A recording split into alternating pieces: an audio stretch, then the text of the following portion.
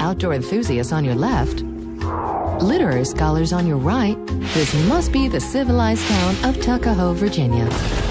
But neither athlete nor scholar can stop a scandalous murder. They're suspecting that it's some sort of robbery, maybe a burglary. Now this town is about to face the tragic truth about loyalty. Maybe he had taken a lover. And betrayal. A naughty co-ed. And the deadly lines some people are willing to cross.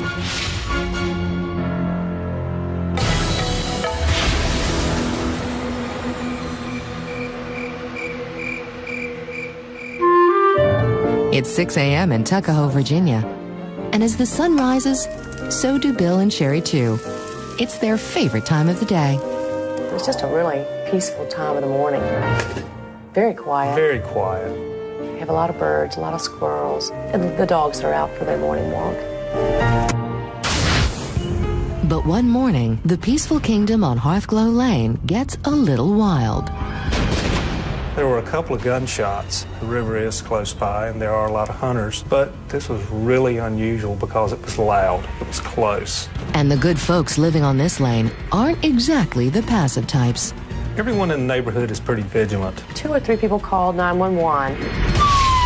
Officer Steve Seidlitz roars over to 1515 Hearthglow Lane, the home of Fred Jablin and his 3 young children. Walking up, we can see a Ford Explorer. And seconds later, Officer Seidlitz sees Fred. There's a male subject laying on his right side facing the garage. 52-year-old Fred Jablin is in a grave state. He's laying motionless. I bent down to check for his pulse. You can see a little bit of blood. The divorced father of 3 and university professor has been shot. He had no pulse, was not breathing, so we knew at that point he was dead. Murder has come to Hearthglow Lane. Life has suddenly fallen flat in Tuckahoe, where fathers and sons like Harry and James Boyd miss their town's most devoted dad. As a father, I have absolutely no higher respect for any individual than I did for Fred. Even though he was an academic and a published author, none of those things were as important as his children. With a killer on the loose, the neighborhood is in a panic. What is the talk around the neighborhood right now? I mean, are the gangs here? You don't realize that one day, boom, it can come, it can hit you in the forehead and you're dead. So have you heard any stories about Professor Jablin? I mean, I know sometimes college girls can get a little crazy. Well, I haven't heard any stories about Professor Jablin, but, you know, with college girls, you never know.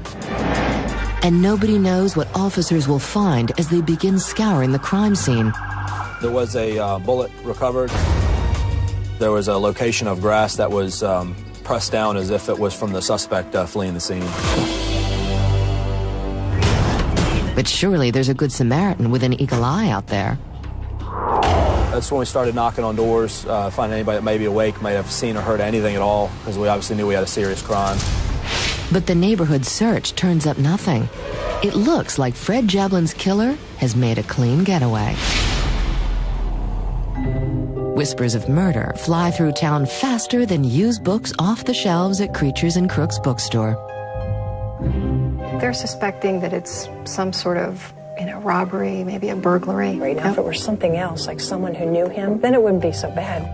How very neighborly. But Henrico County homicide investigator Kobe Kelly doesn't have a book to follow. Hello. He's starting on page 1. When we start any kind of homicide investigation, obviously we want to be open to whatever the possibilities are. And of all the possibilities at hand, a botched burglary certainly seems like a ripe one. The homes in this area are homes of people that are fairly well off. What self-respecting burglar wouldn't kill to get inside these stately homes? As the one bank robber said, that he robs banks because that's where the money is. But surely it's the rare thief that tidies up. There certainly wasn't any evidence that the house had been ransacked. Perhaps investigators just need to look harder. When we went into the house, we were interested, of course, in any kind of fingerprints, DNA, or trace evidence. But this house passes even the most persnickety white glove test. There really was not a lot of physical evidence that we recovered, and our theory was that the person that did this had not actually been inside the house. Bye-bye botched burglary. Time for a new theory. Mere hours into the investigation, Kelly meets with forensic examiner Danny Jameson to go over the crime scene details. He's still dressed in nightclothes.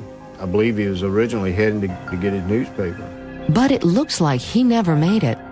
The newspaper is on one side of the driveway, and Fred's body is on the other. Something had to have drawn his attention over to this side. Yep. Something or someone. It could have confronted the person that was in the driveway and talked to him. And this leads investigators to one conclusion. It indicates to me that he knew who it was. And that's what makes the most sense based on everything that we can see right now, anyway.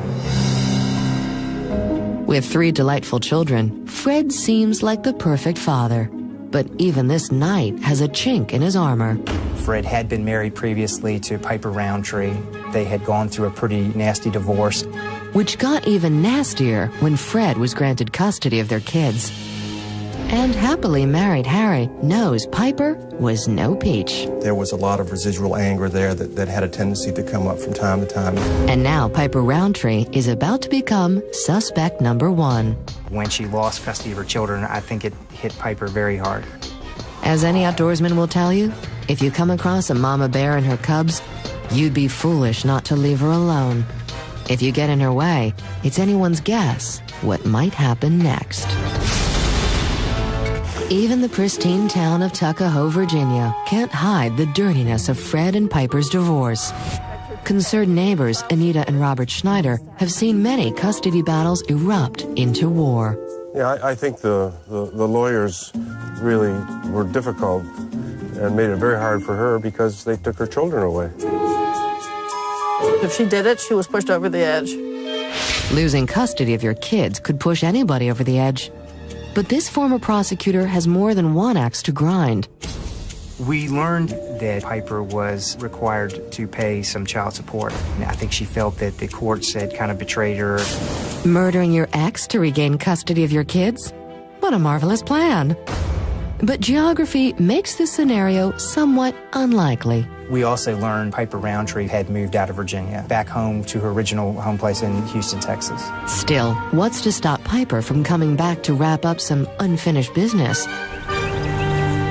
And any kind of a homicide like this needed to eliminate the spouse or ex-spouse as a suspect. So where, oh where, has Piper been in the last 24 hours? She said that on Friday night before the murder, she was in a bar called the Volcano down in Houston, Texas. On the Saturday where this murder occurred, she advised that she was in an attorney's office. It takes this detective just 2 quick calls to verify Piper's alibis. When you have different people who really have no affiliation with the suspect who are able to verify where they were, that's a pretty solid alibi. Investigators need a plan B, and fast. On a typical Saturday, university students should be flocking to the Bird Theater for the $1.99 matinee. So I hear this movie is pretty scary. You must be pretty pumped up, huh? But kids can hardly enjoy the Saturday slashers when they're busy throwing around theories on their very own murder mystery. Maybe he had taken a lover, a naughty co-ed. Well, I can't really imagine that a mistress would have been responsible. You know what they say about a woman scorned. Are these theories merely frat boy fantasies? Or are these fellas onto something? What better place to seek the truth than on campus? We learned that Fred was very much a beloved professor at the University of Richmond, that pretty much everyone had good things to say about him. But in every class, there are always a few bad apples. Certainly a lot of pressures on college students these days. Did one of these poor, overworked collegiates snap under all the stress? We were open to the idea that a disgruntled student might have been involved in this murder. But sadly for police, doing your homework doesn't always pay off. The idea that a student being involved or someone upset with him at the university was dismissed. So much for the naughty co-ed theory. Nice try, boys. But just like clockwork, investigators get a much-needed lead. Friends alert police there may be more than one woman who had a death wish for Fred. The name Tina Roundtree came up. Fred's former sister-in-law, Tina Roundtree, the very same. And like her younger sister Piper, Tina was no fan of Fred's. It was pretty clear that Piper and Tina were very close, and you got the sense that Tina was a protective older sister. Apparently, poor Fred just wasn't good enough for perfect Piper. The way she spoke of him was with nothing but animosity. She had nothing good to say about Fred Jablin. Could this be a motive for murder? Family members are often willing to go to the nth degree to try to protect siblings. One sister defending another. How very sweet. Investigators are about to find out just how far Tina was willing to go. It's been 24 hours since Fred Jablin's murder, and cops are looking at a possible case of sisterly love gone terribly wrong. Tina was a protective older sister. She was a more dominant personality. And the local cops aren't the only heavy hitters wondering if Fred has fallen prey to his witchy sister-in-law. You know how it is with those in-laws, right? Yep, the guy's never good enough for the girl, and the girl's never good enough for the guy. Well, Fred was a teacher and Piper's a lawyer. I'm sure the family wanted someone that could take care of her, not the other way around. And Fred got the kids. That must have been really hard to take. Ooh. Was Fred targeted by a vengeful sister? We heard Tina's name come up as someone that just was a rather aggressive individual, and that she was extremely upset at the loss of her nieces and nephew to Fred Jablin in the custody hearing. But like Piper, Tina is a good old Texas gal and lives hundreds of miles from the scene of the crime. We were certainly very much focused on whether we were going to eliminate her as a suspect. But that becomes impossible after investigators do some checking around at local airports. It seems a recent flight from Houston to Virginia carried one very special passenger. The manifest showed that one of the passengers on that plane had the name Tina Roundtree. And apparently Texas Tina planned to spend a lovely weekend in Fred Jablin's town. A nearby hotel actually had a reservation made in the name of Tina Roundtree for the weekend of the homicide. But investigators have to move fast. Tina's return flight home is about to land back in Houston. The plane was actually in the air, and at that time we were in touch with the Houston homicide investigators. Within minutes, officers fan out all over Houston's airport, armed with pictures of Tina. As the passengers got off the plane, several officers from Houston PD were there, and they tried to identify and stop several females that may have resembled the pictures that they had in hand. Unfortunately for police, Texas is teeming with bottle blondes, and today, Ms. Tina Roundtree isn't among them. It was kind of tough when we heard back from Houston that they had missed Tina Roundtree coming off the plane. Tina, you cunning minx, giving officers the slip. Still, just one full day into his investigation, Kelly will not be deterred. We got on a plane the morning after the murder and flew straight to Houston to continue our investigation. Surprisingly, Tina isn't so hard to find. At her very own home when detectives come knocking. And when they start asking questions, Tina has her story in place. Tina was working Saturday morning and saw patients at her clinic. Really? That's not what the flight records say. But when Kelly tracks down employees at the Houston clinic, they verify Tina's alibi. Just a small roadblock in the investigation. Roadblock or dead end? The boys down at the bike shop wonder how in the world Tina could be in two places at once. I don't know. Her name was on the flight records, and she checked into a hotel down the street. Yeah, but something just doesn't add up.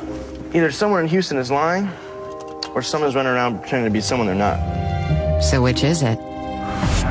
Investigators need to dig deeper. We talked to a ticket agent who remembered selling this particular ticket to a female, and she described the female as being a well-dressed, attractive woman. The buyer was blonde to boot, just like Tina Roundtree. And the agent provides another crucial piece of information. She said the funny thing about it was this woman was actually checking in a handgun as part of her luggage. Perhaps blondes with guns have even more fun. But strangely, this gun-toting gal was traveling on someone else's dime. The ticket was paid for with a debit card, and the name on the debit card was Jerry Walters. Jerry Walters? That name doesn't ring any bells.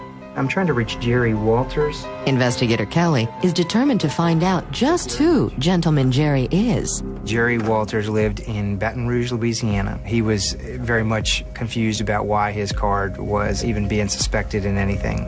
Funny, police are confused too. But then Jerry drops a bombshell that starts to clear things up. He began to talk about how he met Piper Roundtree and the fact that the two had dated off and on for some time. Re-enter Piper, stage left. Jerry told us that Piper had told him she was about to file for bankruptcy and she wanted a place to hide some money. She had asked him to open up an account in his name so that she could put money there. And what good is an account these days without a debit card to go with it? Piper had told him that the card had been stolen. Investigators will see about that. 48 hours after Fred's murder, Detective Kelly and his partner, Judy Berger, tracked down recent activity on this dog-eared debit card.